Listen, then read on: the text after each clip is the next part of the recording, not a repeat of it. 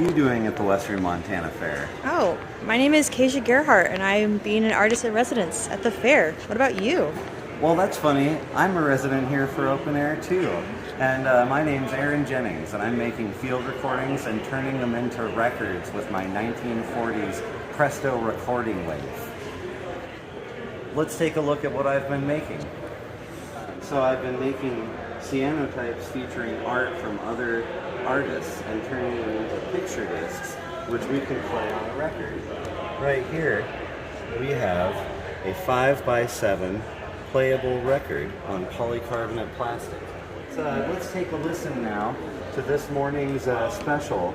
Live from the 4-H sale barn, I'd like to give you Vibra Cows.